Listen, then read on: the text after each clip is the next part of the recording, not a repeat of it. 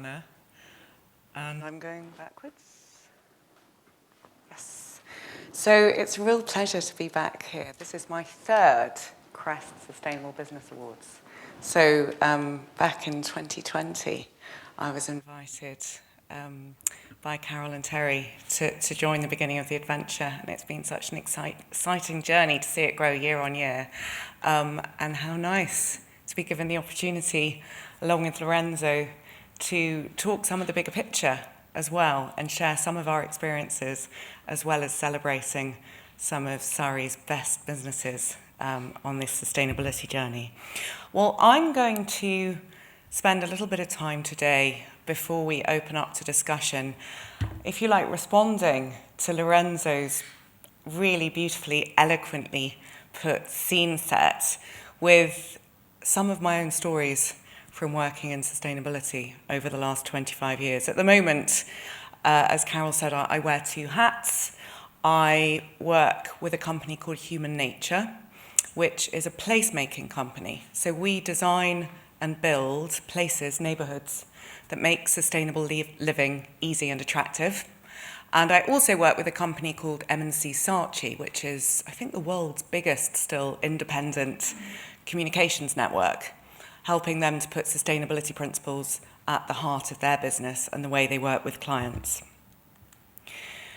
And I would like to just share some reflections, as I said, on my own learnings on how one might go about putting sustainability both at the heart of how we live and how we work. And I totally agree with Lorenzo that it's madness to think of those as two separate things.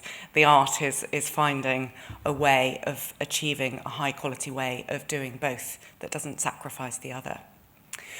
As I said, I've been working in this field for over 25 years, and in my dark moments I can't help thinking I must have been doing it rather badly, because over those 25 years things have undoubtedly got worse, but we still keep going. And over the years, I've worked in a number of different roles in a number of different sectors, actually starting out in Rome. A couple of my first assignments were with WWF as a volunteer, working on environmental projects in Rome, and also with Legambiente, with Friends of the Earth Europe, on international European campaigns. I then came back to the UK, did my master's in sustainable development, and then worked on a range of projects, first freelance and then running my own business, working with city leaders, working on regeneration projects, working with NGOs, working with fast-moving consumer goods campaigns.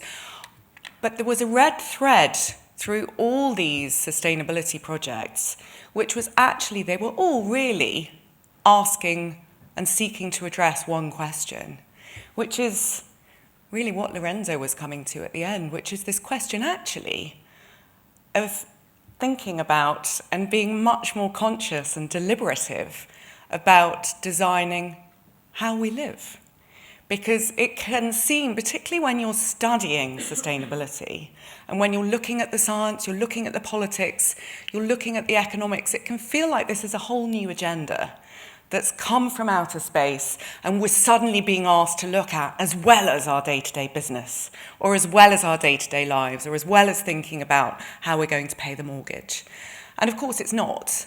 The challenges that we are now seeing when it comes to climate change, when it comes to social inequality, when it comes to biodiversity loss, are actually the compound result of a series of decisions, conscious or unconscious, about how we want to live, both as individuals, as businesses, as political organisations, and as a society.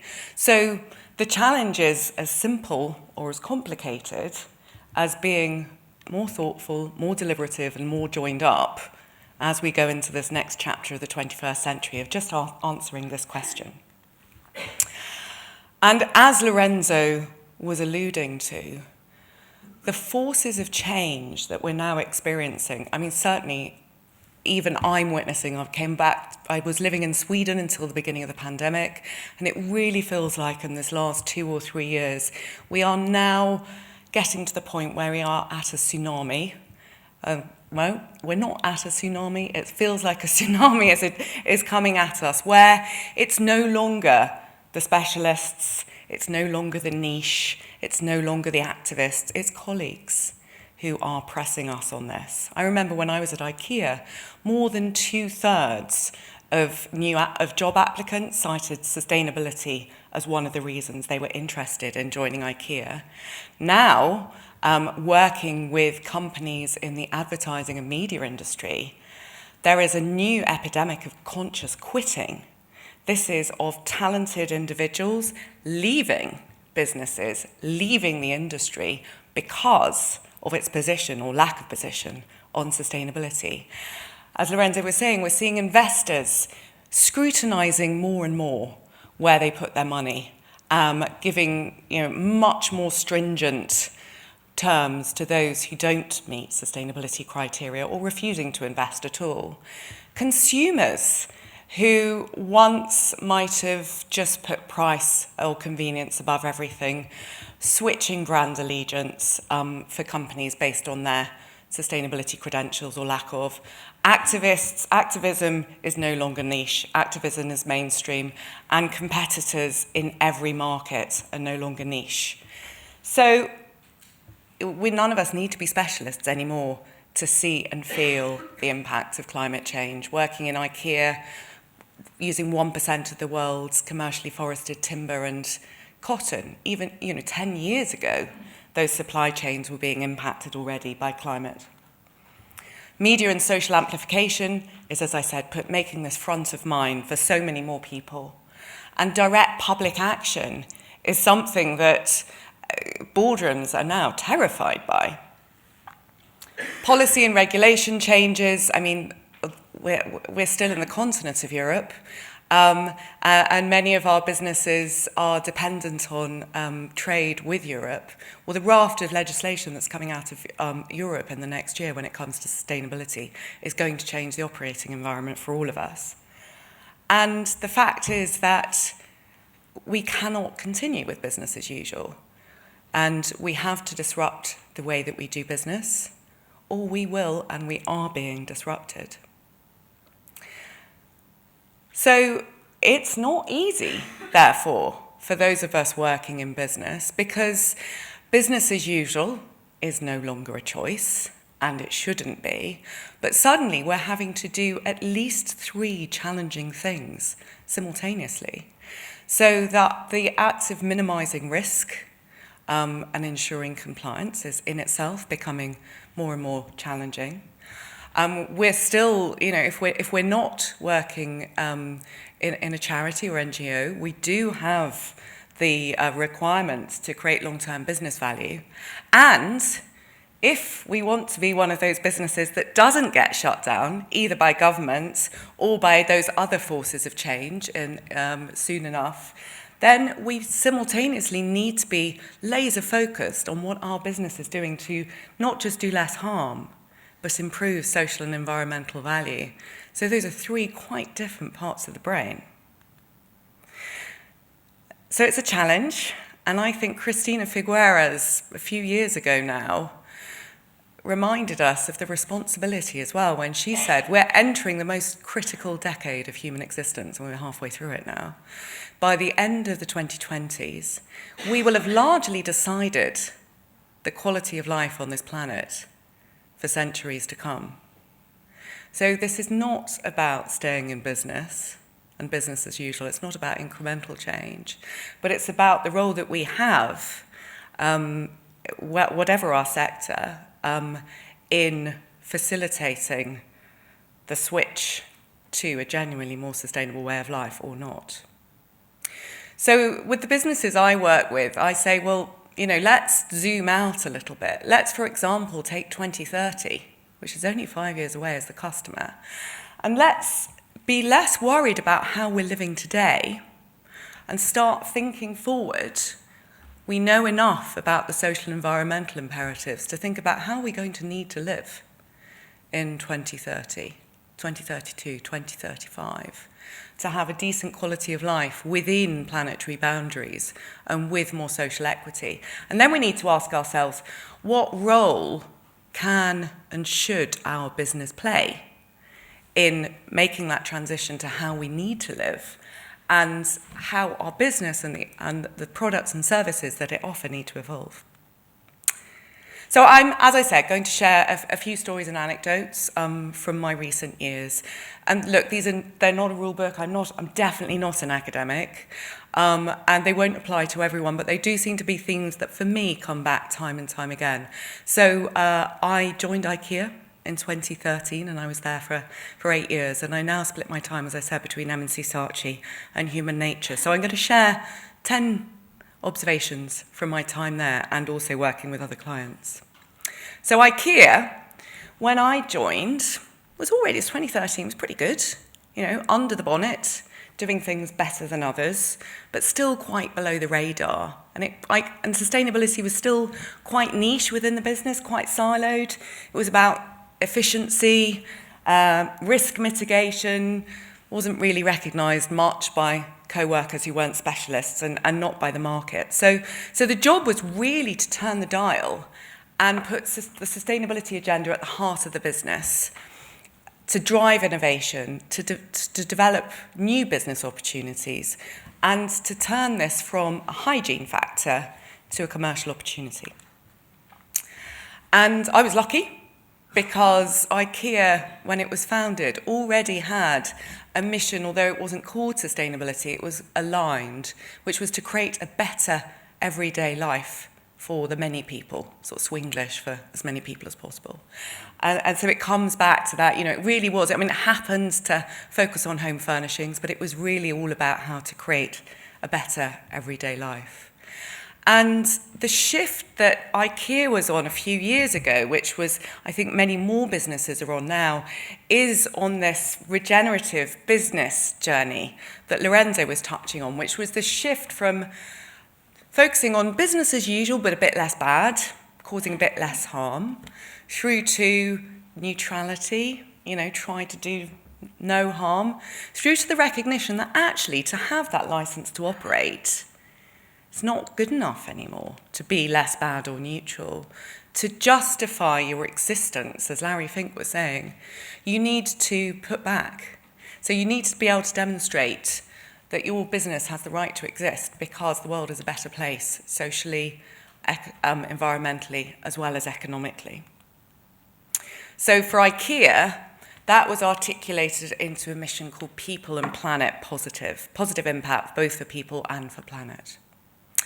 And that's a big one. And one of the things that we had to do once we'd set that for ourselves was to go from being a business with masses and masses of great intention, lots of good energy and initiatives, to alignment, to a North Star to clarify where we were going. Because we're all probably familiar with the Sustainable Development Goals. And, there are numerous brilliant checklists and tools out there that tell us that, like the film, we kind of need to do everything, everywhere, all at once.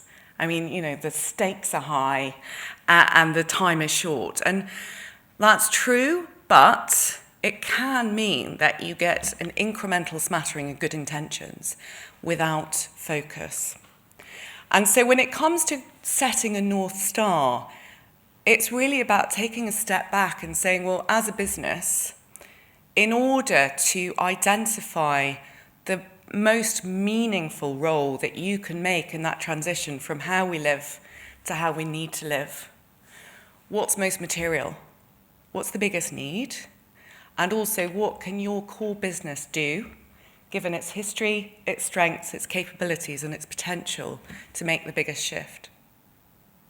So in IKEA, we did some sort of future forward thinking. We looked at mega trends. We identified 3 big things. I mean, this won't surprise anyone.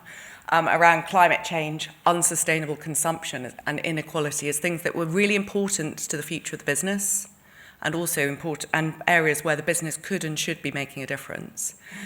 And we did a lot of work, 18 months of work, to distill into one KPI, which was that by 2030, the business aimed to inspire and enable 1 billion people to live a better life. So that was the original IKEA vision, but within the planet's limits. So building on what the business was set up to do, but saying, well, actually, to have a right license to operate in the 21st century, we need to repurpose that to respect and respond to planetary boundaries. And we need to do that, but we're a business, So we also need to find ways to make that a commercial opportunity. So that gives you a sort of focus, a compass. Doesn't really tell you what to do or where to start. So another really important thing to do once you've identified where you're going is to then be clear about what are some of the big levers of change that you have at your disposal. So this is a similar process that we've been through at M&C Saatchi. So M&C Saatchi is a group that has 40 different businesses across the world that all work in lots of different ways on behaviour change, engagement, insight, as well as brand communication, engagement and advertising. So we mapped out the potential impact we could have, and actually we said, well, there are some impacts, some things we can think about in terms of the way we work and our operations and doing things differently, but actually the net impact of our work is actually much bigger through our work with clients. That's where, at the moment, I think some parts of the business are causing harm or have the potential to cause harm, and focusing on that have the potential to cause bigger positive impact. So we mapped that, and then we identified, pretty simple, for people and for planet, some key commitments, levers for change in each of those. At Human Nature, so this is the placemaking company that I talked about, we take sustainability principles and we say, how can we design, build and run places, so neighbourhoods, and it could be clusters of homes, right through to our first project at the moment in Lewes, where I live in Sussex, is about 700 homes, that create the preconditions for a more sustainable way of life. And actually, place is very exciting because you've got things like the built fabric and the homes, but you've also got sustainable mobility. You've also got land use and space, you've got behaviour and culture, you've got public health. So we got at least there, we see 12 levers of change where we can say, well, these are things that actually we can focus, dial up, and make a big net sustainability impact, environmentally and socially, both in the short term, but also over the whole life of a place. So we call this our circle of impact. So I think whichever business you're in or organisation you're in, you can create that North Star, and then you can start to identify where your big levers of change could be. And then, of course, something that's easy to forget is to then turn this from theory into action and embed it. Strategies, plans, KPIs never sound particularly exciting, do they? But if you just have a sustainability department, however brilliant they are, I don't think you're going to get far enough, fast enough. So at IKEA, we challenged ourselves and said, well, what if sustainability is part of everybody's day job? And I mean, it was very humbling for me, my early years in sustainability in IKEA, because I was pretty proud of what we were doing as a business. And we polled the co-workers annually on what they felt various things about the business. And about 85% of them, when we asked them, said, yeah, they were proud of IKEA's position on sustainability. That's cool. And then we asked them, but is sustainability part of your day job? And only about 22% said yes. That's a problem, because there's no point being proud of a mission statement. Until it's part of your day job, it's not going to happen. So we said we have to empower people. We have to give them the knowledge and the capabilities to make this part of their day job. So we recognised that we needed to create a sustainability movement. And that is where my first work with Surrey University started. We decided that we would like to run a social living experiment with our co-workers. We had 160,000 co-workers at the time. And we said, well, what would it take for our co-workers to become experts in sustainable life at home? So we ran a co-worker competition where we asked co-workers to put themselves forward. We wanted a real cross-section. We didn't just want the greenies. We also wanted people who frankly thought climate change was a bit, maybe not. We wanted people with kids, but we also wanted people who were living on their own. We wanted people from the shop floor, but we also wanted people from the management team. And we said, well, look, why don't we do this experiment where We try just for 4 months. You pick something that's important in your life, saving energy, money, water, time, and we'll see whether a combination of information, inspiration, and support, could be different products to try out, will help you achieve your life at home challenge and help reduce your sustainability impact. But we like to think we're good at this, but we need external ratification. Who's good at this? Oh, the University of Surrey. They are already onto the path of getting serious about sustainability. So we partnered with them to help us to measure, monitor, and ratify impact, and also an NGO called Hubbub, which is fantastic at sustainability engagement. And so we ran this experiment initially for 4 months for co-workers. We thought it would be really difficult keeping them involved, and we might need to get some sort of celebrities involved and stuff. We never needed to. We thought we might need to, give them a bonus or something. We didn't need to.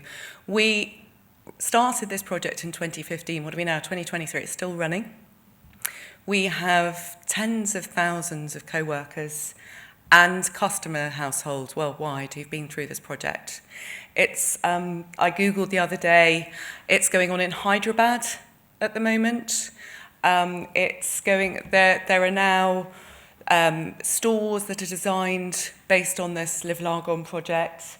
There are online communities, there are schools who are running it, there are small businesses who cropped out of it, and the idea of just empowering people to give it a go. So that leads me on to the next key point, which is about inspiring and enabling. And particularly having worked at the sort of interface between sustainability strategy and communications, I think that sometimes we forget to balance these. Because if I'm inspired, either by fear or by hope, but there's nothing I can do about it, pretty quickly I feel pretty disillusioned.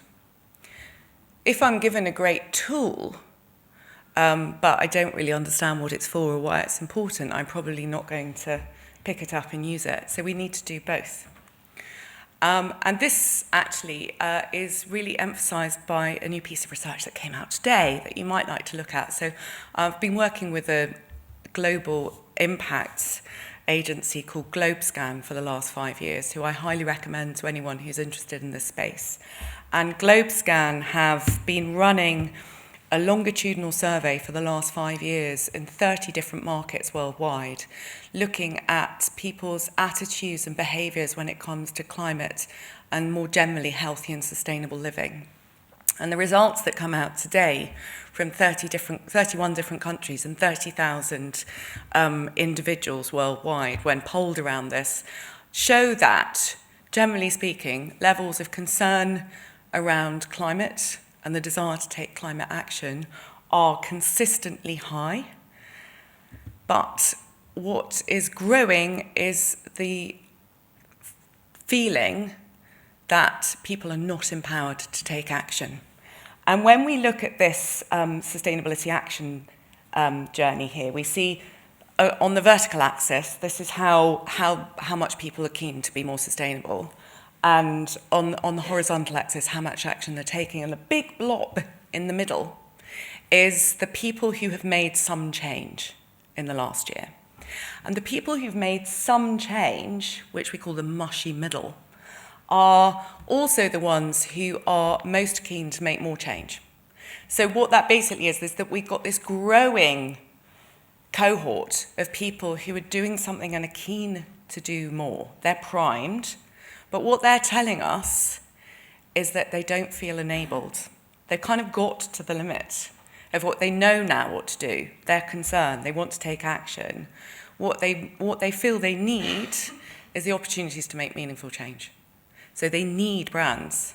They don't need brands to tell them about the problem anymore. They need brands to show them, give them solutions. They need city leaders to give them the solutions. They need politicians to give them solutions. They need investment managers to give them the solutions and so on. So on the one hand, encouraging, because there's this latent desire to take action, but there is this point of if you don't enable, once you've inspired, people become disempowered and disenfranchised and disillusioned. So the way this played out at IKEA was that we recognised there was this gap, and people also were really keen to take action on climate, but they didn't really make that link with what they could do at home in their everyday lives. So a couple of years ago, we set up this campaign called A Better World Starts at Home. And it was across platforms, so it was online, it was in store, it was through multimedia, it was with colleagues, it was with co-workers, where we aimed to do both. We aimed to raise the conversation about the nature of the problems and the fact you can do, and then enable by giving people opportunity to change. And then, I'll speed up, so I haven't got a clock, but I'm sure I'm taking a long time, so I've got a lot of slides. The other thing that increasingly people want and need is proof. Proof that what they're doing makes a difference, proof that other people are doing it, and also more clarity on what makes a difference so that they can steer where they put their effort. So measuring impact is key. And one of the ways we did this at IKEA was to create an app, because we had 30 different markets. We had all these different co-workers and all these different customers wanting to take action. But actually, for us as a business to know who was keen on doing what, who was doing what where, and what actions made what difference was quite complicated. And when we look around, everyone from the World Economic Forum to the World Bank to other brands was stuck with the same challenge. So we created an app which is still live. I think you can still play on it, which you just try out different actions in your everyday life when it comes to sustainability, and you get instant feedback of the impact that you're having in your everyday life. You can see what other people in your area or in your group or in your store are doing, so you get that sense of being a movement. And the business could see for the first time very clearly in a very granular way who was doing what it added up to. So it helped us to validate our progress towards our goals, but it also helped us to inform our offer. And the next one is listening. So I work in a communications agency part of the week, and I think we can forget that, we have, it's cliche, isn't it? We've got 2 ears and 1 mouth. Communication can too often just be telling people things without listening. And actually, even a company as evolved as IKEA, I think, could have arguably been accused of doing that. And when it came to things like thinking about circularity as a business, so how rather than just selling more stuff, you could, for example, encourage people to reuse, to take back, to repair, to refurbish, we couldn't do standardized business models. So we actually had to really challenge ourselves as a business to be much more people-driven. We tried standardized take-back models and they didn't work.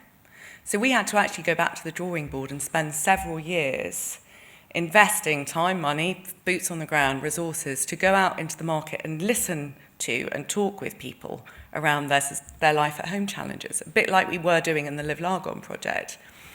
And through that, actually, we discovered that, yes, of course, everyone has the same challenges. For example, no one likes to feel wasteful when it comes to home furnishings. When you get beyond a certain sort of basic quality of life, you start to clutter, starts to be a problem, and that's universal and no one likes it. But you have to, depending on where you live in the world, you have to do things in different ways. So we identified some core challenges around how people deal with this. And then we produce products and services to respond. And it's a similar thing that we're doing now with human nature, where we have teams of experts who have spent their whole careers in sustainable building design or active travel planning or green corridor maintenance. And yet when it comes to Lewes, it's a quirky medieval town in southeast England, it doesn't matter if it works in Groningen, you've got to spend time. So we've spent 3 years running design inquiries, design workshops, festivals, thousands and thousands and thousands of hours of working with bringing together professional specialists and people who are specialists in living in Lewes to co-create what this way of living might be. And then using that to innovate, to test and learn. So back to the IKEA story, I don't know if any of you have seen the IKEA store in Greenwich that was built a couple of years ago. It was very different. It was the first non-blue box IKEA store. And one of the things we did there is, before we built the store, we set up a Live Largon community in Greenwich. So we worked with households in the whole neighbourhood around this challenge of sustainable life at home. And then we used that work to help us to design the store. And on the back of that learning, we built a learning lab, which is still in the store, which is like this constant place where people, local businesses, enterprises, and so on can come and learn. We have the store interiors, the room sets and so on, are designed around, real Greenwich households.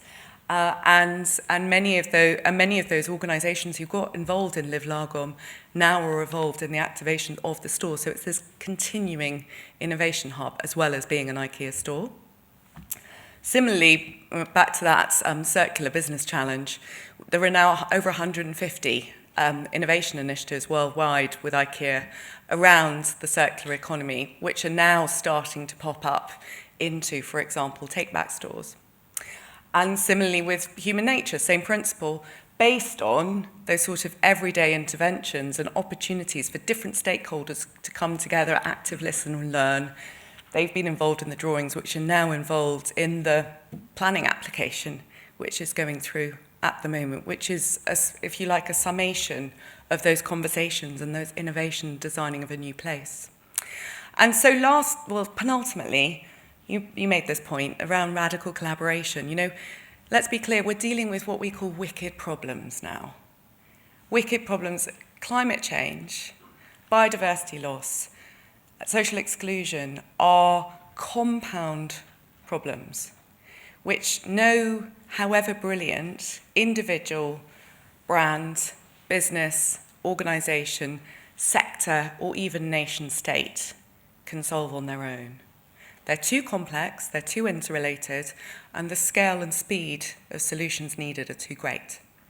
So we will not get where we need to without what I call radical collaboration, which is, unexpected conversations and collaborations between. IKEA suddenly had to close its doors, very humble command and control Swedish company, suddenly working with all these different organisations and sharing the story of getting it wrong.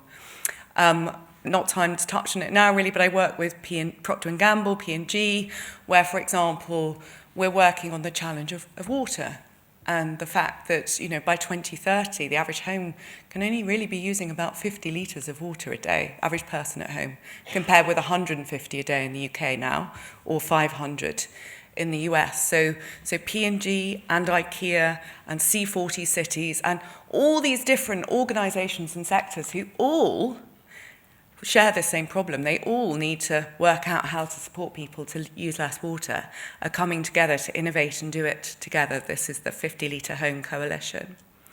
And then lastly, radical transparency. So I'm clearly a bit of a campaigner. I'm a great believer in sharing conversations, and it's one of the reasons that I think things like the Surrey Business Awards are so fantastic, because they bring together all these voices to share their stories. And it's something I think we can forget to do, or we can feel fearful about doing until we've got absolutely everything perfect. Well, let's be clear, we're never going to get absolutely everything perfect, and we don't have time to wait until we've tried. So we need to share our stories and our failings as well as our successes along the way, not just because of accusations of greenwash, but I think this has changed the dynamic, particularly in the advertising sector. So the risk is we get what we call green hushing, which is everyone gets so terrified of getting it wrong that they don't talk about it at all. My gut and my professional experience tells me that actually radical transparency and honesty about what you're trying, what you're setting out to do, the moves you're making, and perhaps, fail with pride so that others don't need to make the same mistake and we can all benefit from that learning is incredibly important. And this was something we set up at IKEA called One Home, One Planet, which is an annual 3-day engagement where we have players from across sectors worldwide coming together to share their stories and collaborate around common problems. So I would encourage, I think it's fantastic that everyone's here today, I hope with that mindset. And if we all take away one thing from today, perhaps it could be the idea of radical transparency to help us all to move forward. So in a nutshell, here we are. Yeah, don't forget to set your North Star and work out what your big levers of change are. Don't forget to embed and empower, inspire and enable, measure where you are so that you can see where to go next. Gather insight, listen as well as talk, innovate, collaborate, and don't be fearful of radical transparency. And just to be clear, as Einstein sort of said, old ways won't open new doors. So I encourage us all to dare to be different. Thank you.